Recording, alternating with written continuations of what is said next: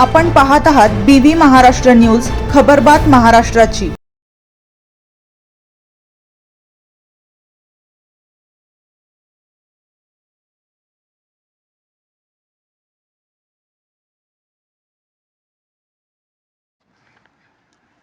मन्याड नदीपात्रात अवैध वाळू उपसा सुरूच, प्रशासनाच्या भूमिकेवर प्रश्नचिन्ह। नांदगाव तालुक्यातील मूळ डोंगरी चांदोरा हद्दीतील मन्याड नदीपात्रात सध्या राजरोसपणे अवैध वाळू उपसा सुरू असल्याचे चित्र समोर येत आहे। या अवैध प्रकारामुळे शासनाच्या कोट्यवधी रुपयांच्या महसुलाचे नुकसान होत असून संबंधित यंत्रणा याकडे दुर्लक्ष करत असल्याची तक्रार स्थानिक नागरिकांकडून करण्यात येत आहे।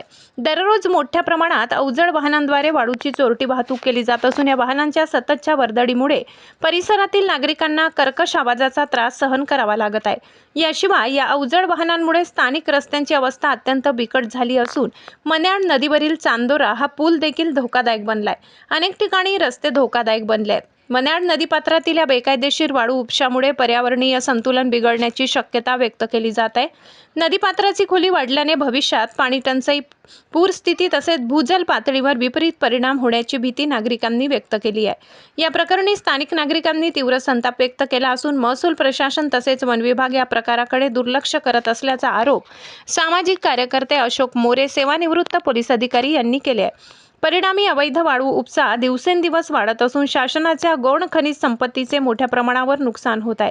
विशेष म्हणजे याच परिसरात सुमारे 10 वर्षापूर्वी वाळूचा कोट्यवधी रुपयांचा अधिकृत लिलाव करण्यात आला होता, ज्यातून शासनाला मोठा महसूल मिळाला होता। मात्र सध्याच्या परिस्थितीत सुरू असलेला अवैध वाळू उपसा रोखण्यात प्रशासन अपयशी ठरत असल्याचे दिसून येत आहे। या गंभीर प्रकाराची तात्काळ दखल घेऊन अवैध वाळू उपसा बंद करावा, दोषींवर कठोर कारवाई करावी आणि नागरिकांना दिलासा द्यावा अशी मागणी स्थानिकांकडून जोर धरत आहे। BV न्यूज महाराष्ट्रासाठी विभागीय संपादक मारुती जगधने।